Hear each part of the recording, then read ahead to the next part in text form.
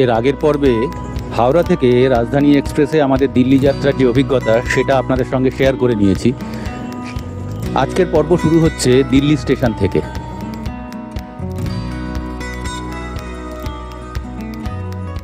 চলে এসেছি প্ল্যাটফর্মের বাইরে। তাহলে চলুন এবার আমরা সেফ এক্সপ্রেসের অফিসে যাই আমাদের দু চাকার বাহনগুলো সংগ্রহ করতে। চলুন আমাদের সঙ্গে। দুটো অটো করেছি। সামনের এই যে অটোটা, এটাতে বাপি আর বান্টি যাচ্ছে, আমি আর অঞ্জন উঠেছি এটাতে। দেখতেই পাচ্ছেন ট্রাফিকের কি অবস্থা। সামান্য একটু রাস্তা যেতেও আমাদের অনেকক্ষণ সময় লাগছে। প্রচণ্ড খারাপ অবস্থা দিল্লির ট্রাফিক। কতক্ষণে যে এই শহর থেকে বেরোতে পারবো, হাইওয়েতে পড়তে পারবো সিটি অংশ থেকে বেরিয়ে, সেটাই এখন চিন্তার বিষয়। আর বাইকগুলো কি অবস্থায় আছে সেটাও জানি না। ডিউরিং ট্রান্সপোর্টেশন কোনো ক্ষতি হয়েছে কি না তাও জানি না। এই লাট ধরে সমস্ত মালপত্র রয়েছে এখানে। আমরা দিল্লি থেকে স্টার্ট করেছি। সকালবেলা ফোন করেছিলেন যে ভদ্রলোকের, মানে যে গোডাউনে গাড়ি আছে, বাইক আছে, সেখান থেকে ফোন করেছিল। তারপর লোকেশান পাঠিয়ে দিয়েছে। সেই লোকেশান অনুযায়ী আমরা এখন যাচ্ছি। এই হচ্ছে রামলীলা ময়দান, তার পাশ দিয়ে যাচ্ছি আমরা এখন।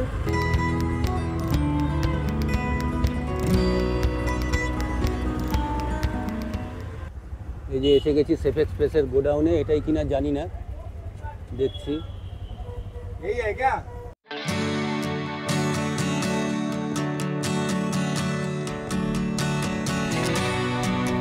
চলে এসছি, এখন দেখি কি অবস্থা দাঁড়ায়।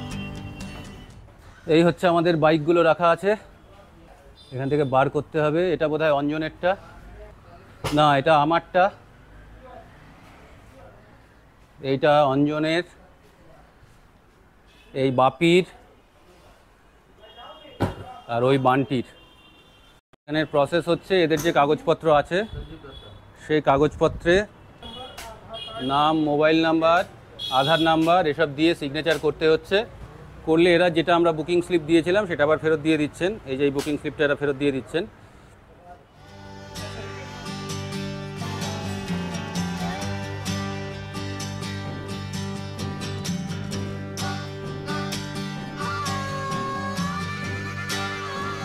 गाड़ी बेरोচ্ছে। इसको हटाना पड़ेगा शायद। আবার নাম্বার প্লেট বেঁকে গেছে।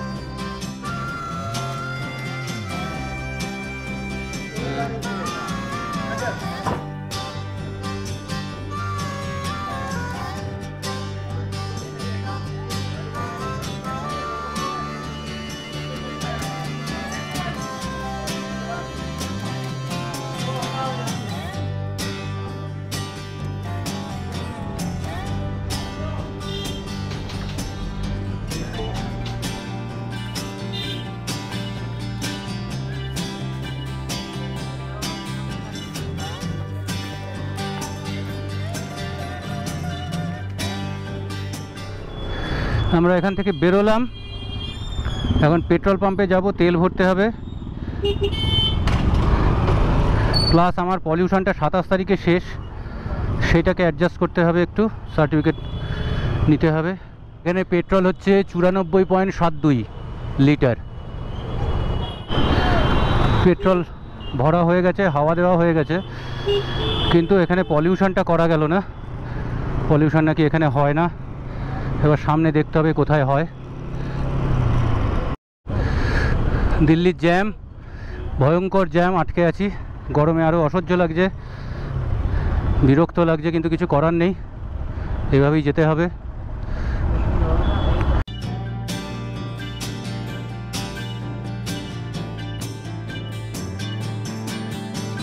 দিল্লির ধাপা, দুনিয়ার ময়লা এনে এখানে ফেলা হয়। পাহাড় হয়ে গেছে পুরো।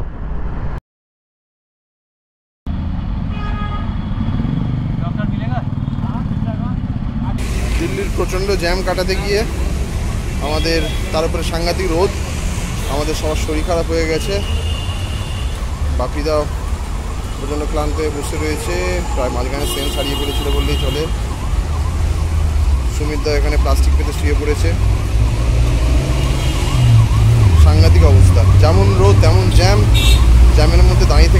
প্রচণ্ড রোদে প্রচণ্ড গরমে সবার শরীর প্রায় শেষ।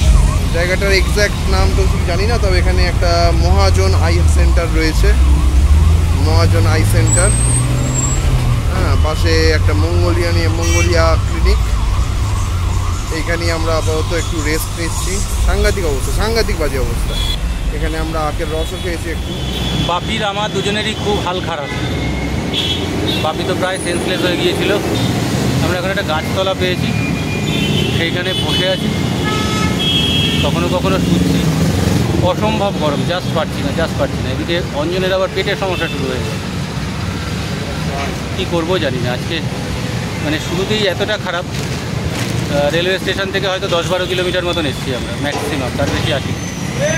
প্রচণ্ড গরম। রেলওয়ে স্টেশন থেকে বেরিয়ে তো আমরা যেখানে বাইক ছিল সেখানে অবধি ঠিকঠাকই গেছিলাম অটোতে করে। তারপরে ওখান থেকে বাইক নিয়ে বেরিয়ে দিল্লির প্রচণ্ড গরম, তার সাথে অস্বাভাবিক জ্যাম। আমরা সবাই মানে শরীর প্রায় শেষ হয়ে গেছে আমাদের। 10 কিলোমিটারে মানে আমরা হয়তো রেলওয়ে স্টেশন থেকে হার্ডলি 10 কিলোমিটার এসেছি। আজকে তো ভেবেছিলাম বিলাসপুর অবধি যাবো, খুব বেশি হলে আর 20-25 কিলোমিটার এগিয়ে আমাদের কোনো একটা ঠিকঠাক জায়গা থেকে যেতে হবে। এখান থেকে রোদ পড়বে তারপরে আমরা এখান থেকে বেরোবো, তার আগে না। আমরা মুরথাল পেরোচ্ছি। মুরথাল এখনো 3 কিলোমিটার, অবশ্যই এটা মুরথালের আউটস্কার্ট। তো আগে তো প্ল্যান ছিল এখানে পরোটা খাওয়া হবে, কিন্তু এখন যা সিচুয়েশন আজকে পরোটা স্কিপ করাই ভালো। আগের বার যখন এসেছিলাম 2022-এ, তার পুরো প্লে লিস্টটার লিঙ্ক এখন আই বাটনে আসছে। তো তখন মুরথাল বেরিয়েছিলাম, একদম অন্ধকার হয়ে গেছিলো। প্লাস তখন বাপির বেশি এবং আমার ক্ষেত্রেও কিছুটা ছিল, সেটা হচ্ছে যে ব্রেক ধরছিল না আমাদের দুজনেরই। বাপির প্রবলেমটা মারাত্মক ছিল, ফলে তখন বেশ অসুবিধা করেই এই জায়গাটা পেরোতে হয়েছে।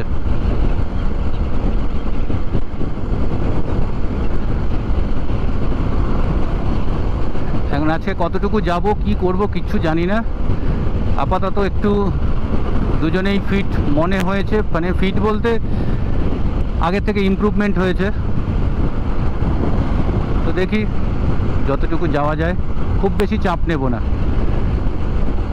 সামনে সোনিপথ, তারপর পানিপথ, এই দুটোর মধ্যেই হয়তো কোথাও থেকে যেতে পারি। আম্বালা অনেকটাই দূর, দেখা যাক।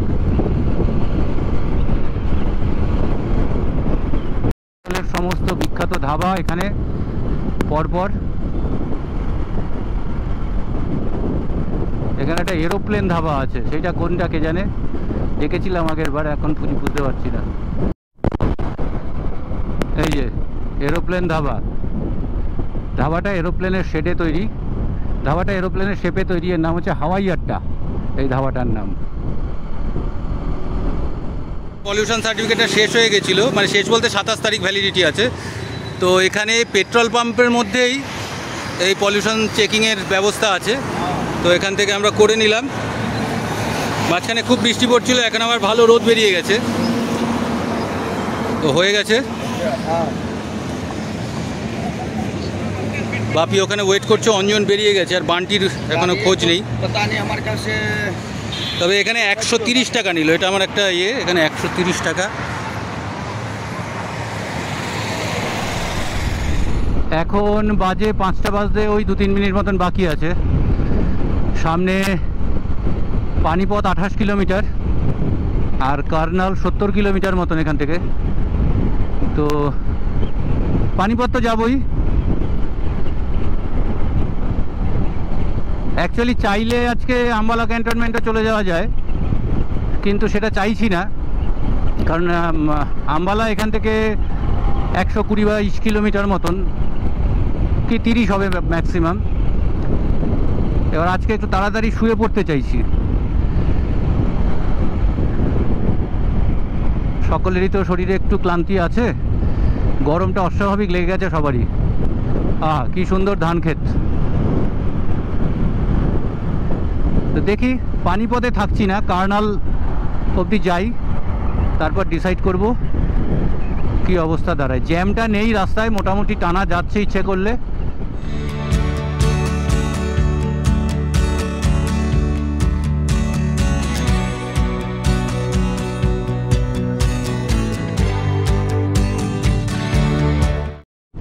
রেনকে কভার টভার কিচ্ছু নেই, মোবাইল সব ভিজছে, দাঁড়াই। আমরা এখন আছি আমবালাতে, অতি কষ্ট করে আসতে পেরেছি।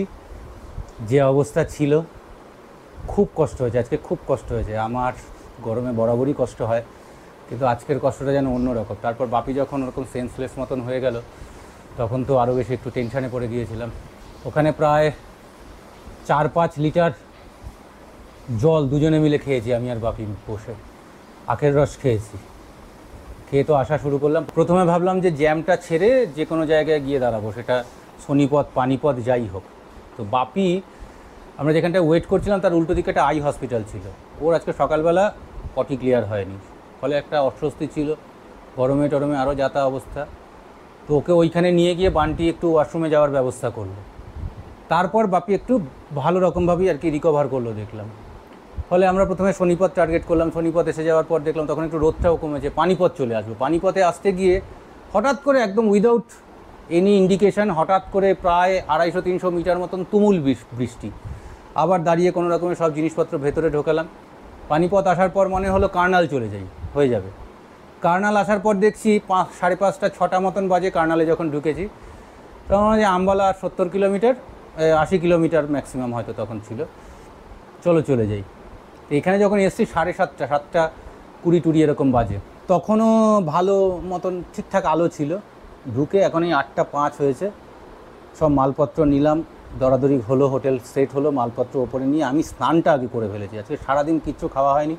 সকালবেলা ওই অমলেটটা শুধু খেয়েছি ডিমের, যেটা ব্রেকফাস্টে দিয়েছিল। না পাউরুটিটা খেয়েছি, না অন্য কিছু খেয়েছি। লাঞ্চ হয়নি অ্যাকচুয়ালি।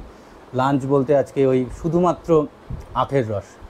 এখন হচ্ছে জলদি একটু খেতে হবে, যা হোক ভাত খেতে হবে। কালকে রাত্রেও ভাত খেতে পারিনি, ট্রেনে যা দিয়েছিল সেই ভাত খাওয়া যায় না, বেসিক্যালি খাইনি। আচ্ছা, একটু ভাত খেতে হবে, খেয়ে শুতে হবে। স্নানটা করার পর একটু ফ্রেশও লাগছে, আবার টায়ার্ডও লাগছে খুব। দেখি কি হবে, দেখা যাক। রুমটা একটু দেখিয়ে দিই।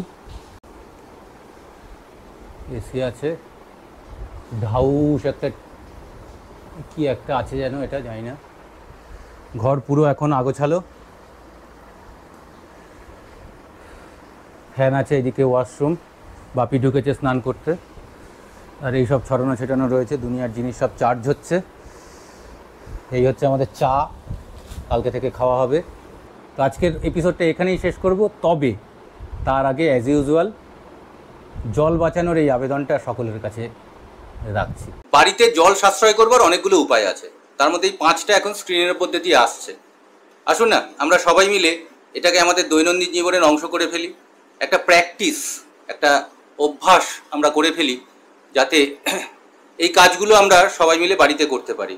দেখা যাক না, বছরখানেক বাদে আমরা একবার সেলফ ইভ্যালুয়েশন করব যে জল বাঁচানোর এই লড়াই, তাতে আমরা কতটুকু কন্ট্রিবিউট করতে পেরেছি। আমাদের কাল পাহাড় যাত্রা শুরু হবে। তো কালকে দেখা হচ্ছে আপনাদের সঙ্গে নতুন করে, নতুন এপিসোডে। ভালো থাকবেন সবাই, শুভরাত্রি।